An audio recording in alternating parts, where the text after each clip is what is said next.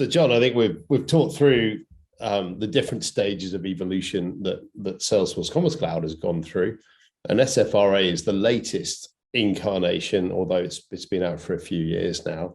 What would drive an SFRA customer to think about PWA Kit now, and what implications would that have for them in terms of the implementation?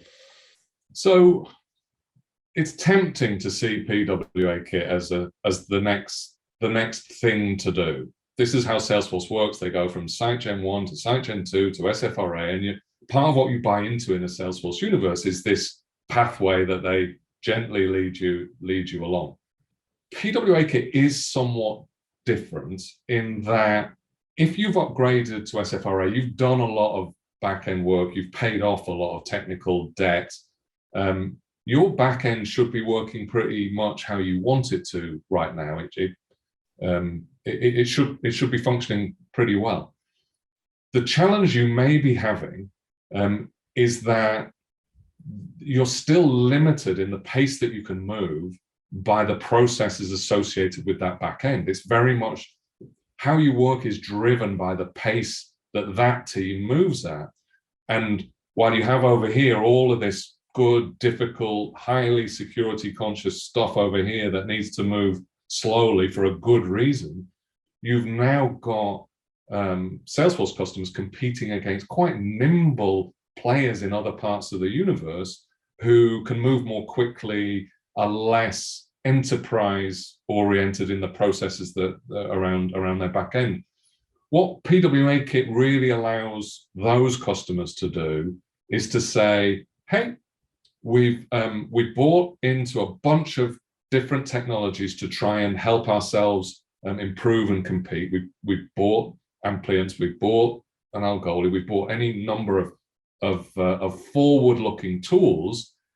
Now is the time to free those tools and allow our teams to start playing with them sufficiently that they can deliver the value that we always thought that those tools should have.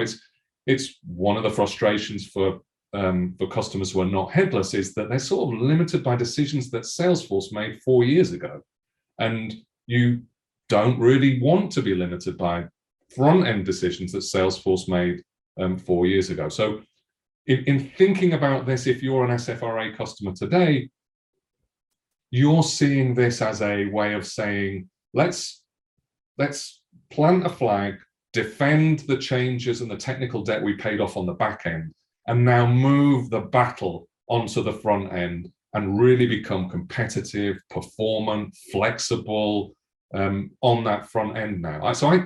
It's psychologically a natural next step for an SFRA customer, but technically it's not quite a parallel. So it's much easier, is it, for them to make that transition? Because a lot of the effort that they've had to put in to get to SFRA, has mopped up, as you said, the tech debt that they probably accumulated for all those years on Site Gen 1 and 2. So they can just get on and focus on the front end. I think that's right. The benefit you get is a temptation to think, well, why did we do SFRA? And now we've got to do PWA Kit, and it's every 2 years we're going to have to do something new. Well, frankly, get used to it. And that's the way this is going to work from here on in.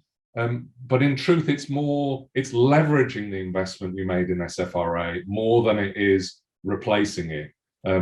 Giant chunks of the work you've done will make your implementation of PWA Kit easier, because a lot of the issues around the way Site Gen and hooks and all sorts of ways that we all managed to implement to try and get around things in old school Salesforce, many of them were resolved in SFRA. So yes, you won't find PWA Kit to be a gigantic project if you've already done SFRA. It should be substantially easier. Now, that said, the benefits are the same in that you're now going to be able to take your headless CMS implementation and say, okay, what would we do if we could do what we wanted to do? How often would we do this if we could do it whenever we wanted? And what's the next step? How can we use, now we've got all of this, how can we use it? And how can we bring more and more of the work that the people who are interacting with customers do into an Amplience and away from a business manager. And I think that's the process that we'll see, that increasingly there's going to be a world of folks who work within business manager in Salesforce, but and they really don't wander out of it. And then increasingly we'll find that the merchandisers and the folks who need to move quickly do much more of their work in front-end focused platforms like Amplience, like Algolia, and aren't ever really going into business manager. That's, and it's not going to happen right away, but I think that's the path that you set yourself on when you go to PWA. Yeah, absolutely. I think that's a nicely articulated sort of roadmap for people, because I think that is the challenge, isn't it? If you've got a pretty performant front end at the moment, you're thinking, well, I thought I kind of solved that problem, but it's about much more than that, I think. And I think, you know, you alluded earlier in the conversation to the shiny objects that are in the universe at the moment, and of course the sense of perhaps FOMO that Mac, composable, all these words, which I think are quite complex terms really, and mean a variety of things to a variety of folks, but actually imply a quite substantive change to the back end and all the systems to get there. I think the way that we look at that at Amplience is very much more of a process. You know, you want to get there because your customer experience requirements are going to become increasingly complex, and therefore you need just much more control over the different components that make up your own systems landscape to support that kind of customer journey. But of course, you've got a great, you know, working solution and an investment at the moment, which is delivering you good value for money. So for me, it's much more of a process. You know, you're going to go there in stage. And I think Headless for Salesforce customers right now is a step along that journey, and it begins to open up those possibilities and give you more options in time. And I absolutely agree with that. And I think it's part of the reason why I actually think Salesforce, despite their, and I don't know if this is a word, but sort of unmackiness, probably win in this space. Or at least don't lose the leading position that they've got at the moment. That if you look at what customers really want to do, pure composable isn't a sensible big bang for most customers on Salesforce. The sensible thing for them to do in looking at what their options should be in a couple of years' time is to look at what they can squeeze out of Salesforce by separating front and back end. I think that's, to me, that's the next step that any retailer looking at an opportunity in composable makes. You know, I love the opportunity of composable. I think the idea, in the long run, it's going to make life better and cheaper for all of us. So better because there'll be competitive companies fighting over their expertise in a certain channel to do more and more for customers who are experts in that, not generalists like Salesforce kind of have been, but specifics like Amplience is going to become increasingly more useful, increasingly better. And that's a good thing in that space. The other thing, though, is that Amplience is going to face, and I know you would be the first to welcome this, is going to face competition. Other people are going to come in and say, well, we have a different point of view about how you should do this. We think it should go like this.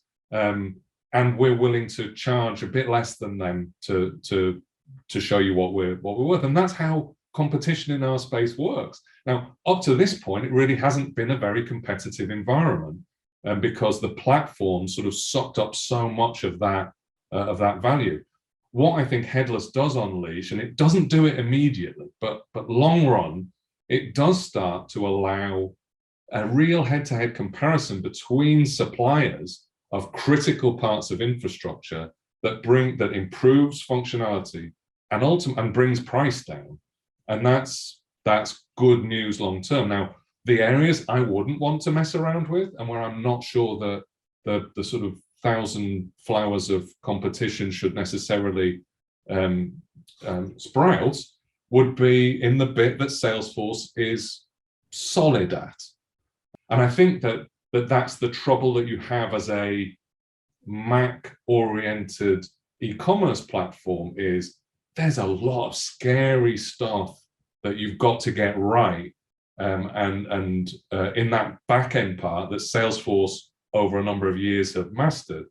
And I think a lot of retailers like the idea of jumping into a composable pool, but when they're faced with the reality of throwing all of that stuff out and starting again, they sort of reverse ferret pretty quickly.